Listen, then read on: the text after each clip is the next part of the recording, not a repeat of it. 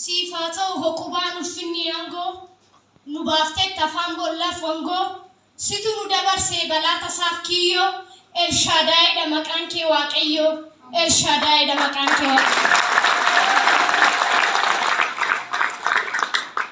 Isa duraa isa booddee alfaa fi omeegaa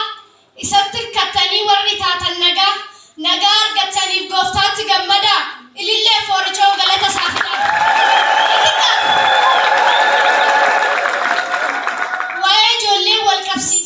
walaloo gabaabduun barreesse na walaleessamee na weedaleessaa ergaa isiniif qabu ammuma muraasa. Kudhaama jaalalaa biiftuu ganamaa kennata Waaqayyoo abdii lagagamaa bu'uura sanyii hidda dhala namaa kennaa Waaqayyoo angafaa daa'ima kennaa Waaqayyoo angafaa daa'ima. Abdii boruu kaadhimamtoota jireenyaa isa uumaan kenne angafa qabeenya daawwitii maatitii of ilaalle qullaa naftu dacheen qabdu ijoollee qullaa naftu dacheen qabdu ijoollee. Kan mana guuttattan warreen akka xiyyaa warra safuu beekan da'oof gaachana biyyaa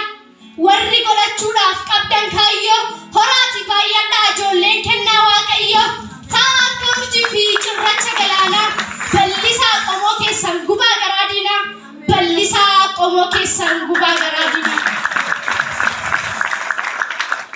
Akka Solomoon kan qaban ogummaa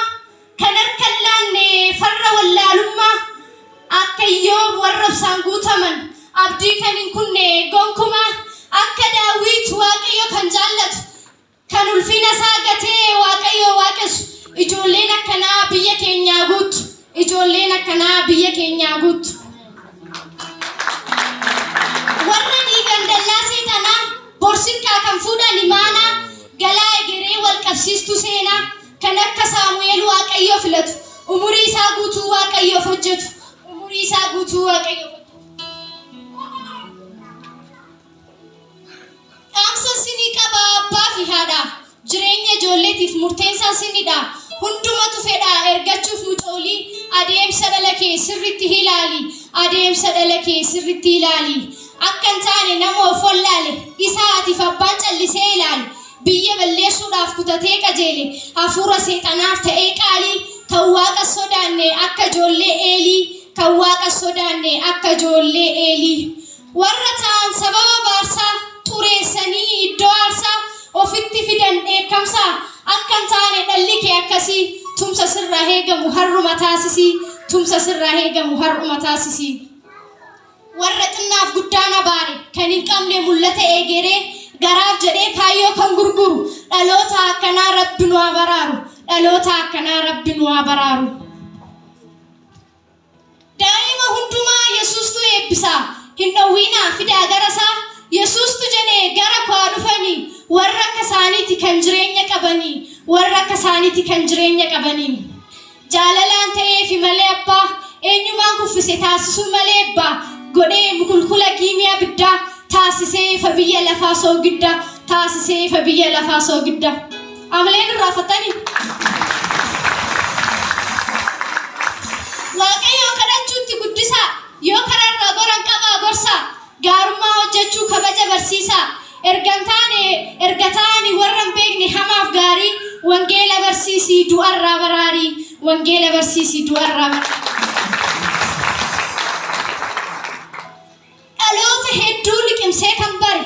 fakkaatee ammayyummaa lubbuu hedduu hare jiraachuu ijoollee hargee kan haadu halkanii fi guyyaa lubbuu isaanii gaadu waliigallee jannaa maqaa Yesuusin harraadu waliigallee jannaa maqaa Yesuusin haadu. Ijoolleen hanqabee maatii jeequ isa kuchuu baay'ee kutee beeku nagee utuun jedhiin arras kana keeku sammuu isaanii qabee wallaalchisu humna Waaqayyootiin nahee gadaadhiisu humna Waaqayyootiin nahee gadaadhiisu. Warra rakkina furantaa hidhaa seexanaa cabsaa ba'a baradhaa iddoo guddaa ga'a warra mo'anaar fidua ofirra darbanii dacheef qaban bu'aa hundumti keessanuu akkana nuuf ta'a hundumti keessanuu akkana nuuf ta'a.